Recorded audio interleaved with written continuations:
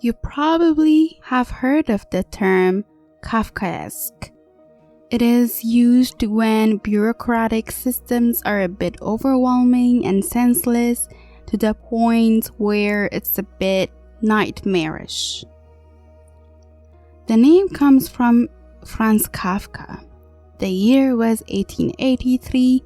In the present-day Czech Republic, a baby boy was born to a middle-class family.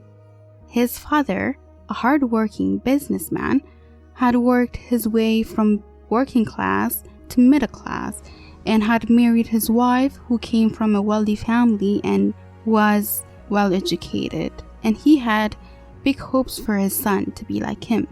Franz, on the other hand, was sickly and wasn't really interested in business.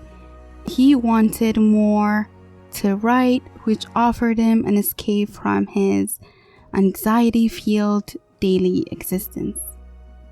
He then went to train as a lawyer upon a choice of his father, and then he gets a full-time job at an insurance office where he had to deal with meaningless paperwork daily, which made him pretty miserable. He still writes in the evenings, and a friend of his made him publish 2 of his works, which didn't get much attention. He himself wasn't really satisfied with his writings. In his 40th year, he gets pretty sick with tuberculosis. And before his death, he tells his friend to burn all his works and dies a month before his 41st birthday. His friend, however, ignores this wish and publishes his works, and Franz becomes one of the most acknowledged writers of his time, and still now, a century later, we still use his novels to make sense of our daily lives that we cannot understand or cannot get meaning from. We still continue to relate to his life and his works. The sad thing is that his works stayed in his cupboard, deemed useless for the entirety of his life, and he never really saw the genius of his works, which is also the reality of our times, perhaps. I wonder how many of us gave into the wishes of our families to dedicate our lives to something that is meaningless to us, however, a trend in the society. How many of us just disregard our true beliefs and interests just to fit in with our communities?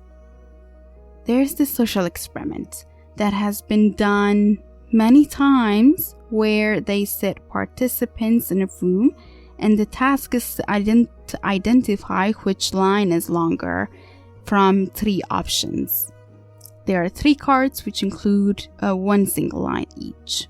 And this is a very easy task.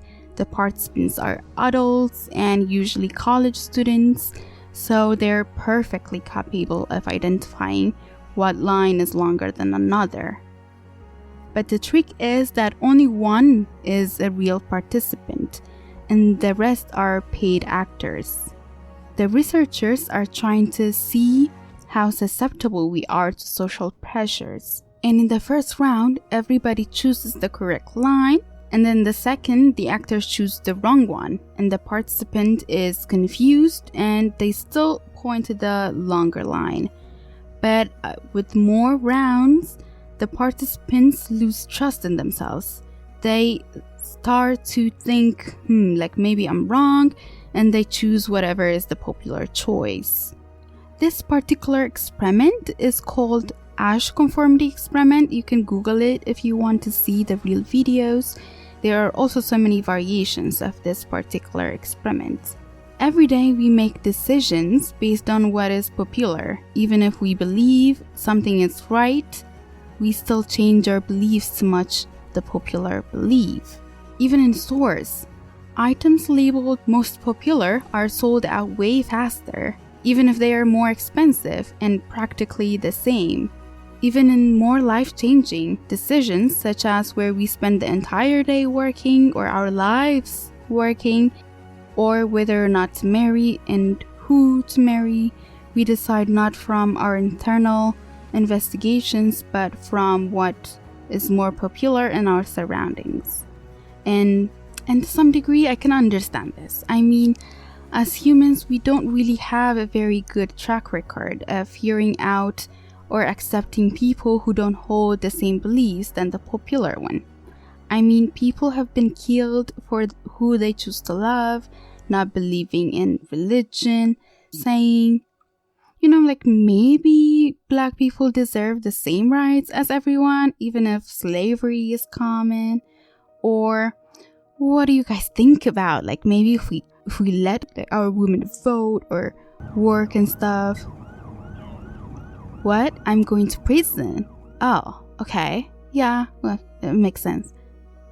We've literally deemed people insane or possessed by the devil or witch for saying, this like common belief I feel like doesn't apply to me, even if it's like personal, not like wrong for everybody, but like me personally, I don't think it applies to me. And then we say like, oh my God, a witch, a crazy person. It might seem like we've come a long way, but lots of people have died fighting for things that might seem like common sense, like common acceptance for everyone. Still, we don't like people that are too different or question what the government says, or people that are, like women that are like too loud or too traditional. I hear these days about Kanye West in the media, and just the name, it reminds me to play his music. And I'm always astounded by the genius of it all. Such original and artistic masterpieces. He's really talented. And it makes me realize that maybe how art offers us a place to safely be insane. And he is a great example of doing it really well. The only problem is he just doesn't stop like outside of art. The same thing is so with Franz Kafka. He dealt with the pain of his father's dominance and abuse by writing fiction that told the truth. Even to us in the present day, this is still like 100 years later, it's still a reality.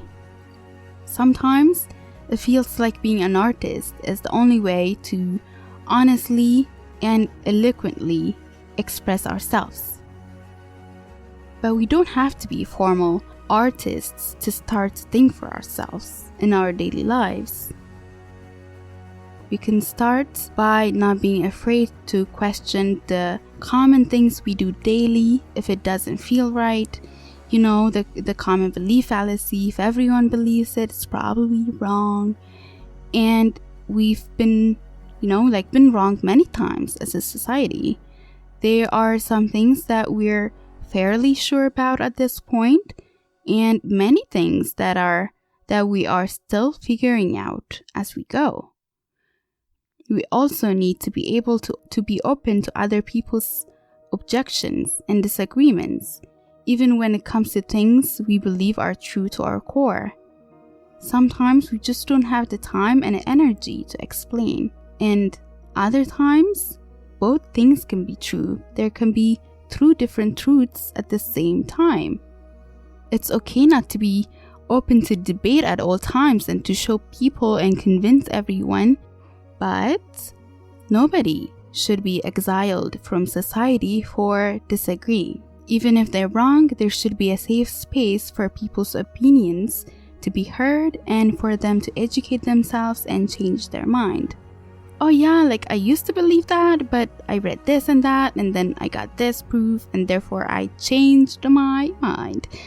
That is something we never hear these days. Like, have you heard that? I never heard that. Politicians never say that. People in leadership roles don't say that. Parents don't say that often. And call me insane, but we have to normalize that. Now, that being said, there is also a place there for empathy. We can disagree on ideas or systems, on how to do things, or what we believe. But there are some things that are not up to us to disagree. like somebody else's experience, for example, or identity, or their bodies, We also have people who deny other people's experience just like for the sake of it, for rebellion or conservatism. And this kind of people, you can't really change their minds because they're not disagreeing with an idea. They are fear motivated. Fear of the status quo changing, therefore having less security or identity or community, or having their core belief systems shaken. I'm currently reading this book about why some people tend to be more conservative and others liberal, and this is actually something that I'll talk about in the next episodes for sure. But for this one, what I really want you to take away is to follow your burning fires in your heart, the things that give you meaning, so that your gifts can have the chance to flourish in the world and you don't die with them. Like with the title of this episode, like must do before you die. That's definitely something you must do before you die. If we are used to doing what society says, this can be difficult. It can be really difficult to figure out what we really want to do. And in this case, you can just start with doing things that you enjoy without the fear of judgment, experimenting with lots of things, and figuring out what feels right or what you're good at and what you would like to do. An episode on passion is also coming up. After reading Franz Kafka's short stories, the writer Anna Rice, she wrote this that I really liked.